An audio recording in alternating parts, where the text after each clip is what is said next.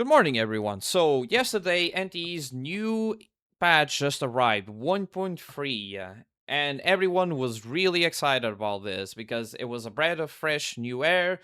You had something like unique, new that you haven't seen at any gacha games, like play Dungeons and Dragons, the boards, the kind of RPG kind of style of going in, building your character, building your party, and everything, and going through this entire open new world that you could like fight and do a lot of stuff. It got everyone really excited for it. You could have seen like on the live stream and everything, people were talking about how innovative it was and everything. And after playing an entire day and a bit of today, I can say that the event has potential and it was well made. But today in this video, I don't want to talk too much about the event itself. I want to focus on the beginning, on how the event started, how it went to on the beginning, and how I think there was a lot of potential here that was missed because I think the devs wanted to play it safe and be a bit, I don't know, a bit, I wouldn't say on the boring, but just like on the quiet, going slow kind of pace. And then it picks up slowly as it goes, when, in my opinion, I think it could have been different. So, do join me on this video, on this walkthrough if you don't mind. So, to start the story first, you need to clear 1.2 before you start the story on 1.3. This is an event that doesn't just let you log in and start immediately, which it might be a bit disappointed for new players or players coming back and want to join the event right away. You are going to have to clear the story till fully 1.2 till you can like get to this part. And after you get to this part, you're gonna see that Nanalie is awake. How, when, or what the hell happened, we don't know. She's just there. She says she rested quite a bit and she's fine now. But again, that's a story for another day, I think. So after Nanalie is up and going, she tells you about going to Mint because Mint wants to play a game and she has some friends up there that want to play the game. And so you do. You go to Mint, she talks to you about a bit, about how life has been like around there and everything, and then you go up to her apartment. There you meet our two new characters. You meet Shinko and Yoi. I think I'm saying her name right, not entirely sure. But it does give a bit of like a characterization of characters. It meets you the characters, talks just a bit about them, just enough to get you going, you know? And then it starts like the game itself. You have a bit of a cutscene of them throwing the dice. The dice goes to a board. The board kind of creates a rift that pulls you in. And then after you're in the new world, it gives like a bit of a cutscene saying about classes and everything, which character has each class and everything. And there's even like a bit of suspicion or a bit of mystery when you go to Shinko class, what class she is. It just says commoner, and you're like, what kind of class is a commoner? No, it's a bit of a mysterious part and everything. And all of this is fine. As you can see, at this point, everything is fine. We had a bit of introduction, how we got this, about the world and everything. This isn't a problem. The problem is after. So, in a bit, you're gonna meet a sheep. The sheep is gonna tell you... They're gonna be pretty much the main characters of your... friendly of yours that, like, are used for trading, talking, and knowing more about the world. So these sheep, you're gonna meet a sheep that's gonna tell you about go to the village. The village, you're gonna meet other sheep. They're gonna like explain to you about the world, especially this different one that is the mayor is gonna explain you like what happened to them. You know, get a bit of lore of how this village was formed and why they're here. So, after you have all of this, you would expect you, okay, so we have the lore, we have everything, right? Let's get to questing or maybe to dungeons so we can actually get the event going, right? Well, here's the problem, though. You're gonna get side quests. And when I mean side quests, I mean those boring side quests, yes. Like those, go hit there and pick something, or go there and bring me this or something. In this case, it's gonna be like you talking to 3 different sheeps and do things like pick up, find the sticks, find the glue, and find wherever it is. You get the point, right? It's basically just gonna be something to pad out the time. And you know the funny part is, a character does actually say, this is meant to pad out the time. And they read the quests on the board. They're so boring the Shinku actually starts saying, yeah, I don't want to do this, it seems like boring as hell. It doesn't say boring, but you can understand that's what she meant to say. And then there's an excuse of Mint saying, oh, but these are things that people lost, they're important to them and everything. It's just an excuse for you mainly doing these quests. And I'm gonna be honest, I was a bit disappointed because when I saw that they were like saying about padding out the time and everything, I thought we were gonna be like, oh, so we understand that this is to pad out time and most people don't want to like do these boring side quests, so we're gonna do here a deal with you, you know, and we're just gonna skip this and we're gonna go straight to the dungeon, you know, just straight to the dungeon so you level up and everything, so you don't have to do the boring stuff.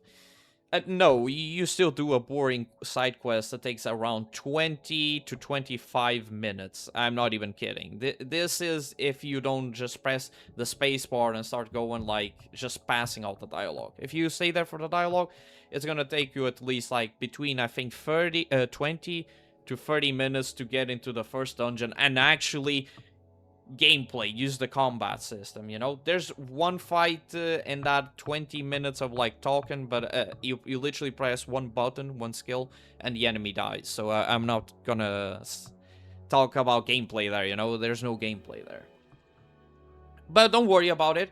I am saying that it's a bit boring, considering that you already had the lore, you already had the introduction, you already have everything to go into this journey, right? There was no need to pad out with this boring side quest, especially since people are probably like rushing the story to get here and they're met with just nothing. When I was streaming like the beginning of this, I was like, when do we actually like get to the system, to the events, you know, to the board, to the exploring, to the teams and everything? And having that 40 minutes to half an hour of just nothing besides, like, as I said, 5-6 minutes of actually lore to understand what's going on, I think there was missed potential here. But don't worry about it. I'm not just gonna talk badly about the beginning of it without like saying what I think would be better in my opinion. So let's move to the idea I had of how this could be better. You guys probably recognize the game on the screen. If you don't, it's Grand Blue Fantasy Relink. It's a game that launched maybe like 1, maybe 2 years long ago, and it was quite popular. But what do I want to get out of this? I want to get is, I think NTE should have started like not with the safe approach, but with like, oh shit, something is happening right at the beginning. And what do I mean? It's just add more action, you know, just I don't know, maybe there's like a circuit, like Mint does some kind of error, you know, because Mint could do some kind of error. Instead of you spawning like the normal way on the starting village or everything, you actually spawn on like high level territory or something. Like there was a malfunction with your gear and you like get a close look like maybe of one of the big monsters, not the boss exactly, but like the big menacing monsters, you know, a big one, something that like makes you like dodge, play around a bit harder, just to say, you know, just to get like that pump up, like the event is starting, I'm motivated, you know, this is what we waiting for, like motivation is up, cortisol is up, whatever you want to call it, you're pumped for the event, you know, it starts like going like that. And then maybe, like, after, like, that 10 minutes of that fight happening, you could go for, like, the village approach, that more, let's go a bit soft for a tiny bit till you get to the village. And then on the village, you get a bit more of the lore, since, like, on that village lore, you got, like, different dragons, because there's different dragons, apparently, on the story.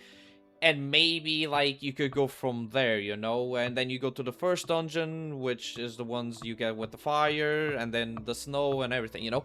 But I think there was a missed potential where you could have just started with, oh shit, something is happening, instead of being like, oh, we're just in this village talking, and there's nothing happening, you know? There's actually nothing too much happening in that 40 minutes of, or even more, of until you get to the first dungeon. And I think they could have went with the Grand Blue Fantasy Relink approach, you know, where motivation, something is happening, and then what Grand Blue does is, after this moment of cortisol, you go to the forest, it's a bit boring, you know, not boring, but it's slower. Then you get to the village, then you get to the quests, and then you go from up there. And I think NTE needed this. Why do I think NTE did this? Because there was like a lot of critics on NTE about it being just a bit boring lately, you know, the same stuff over and over and over again.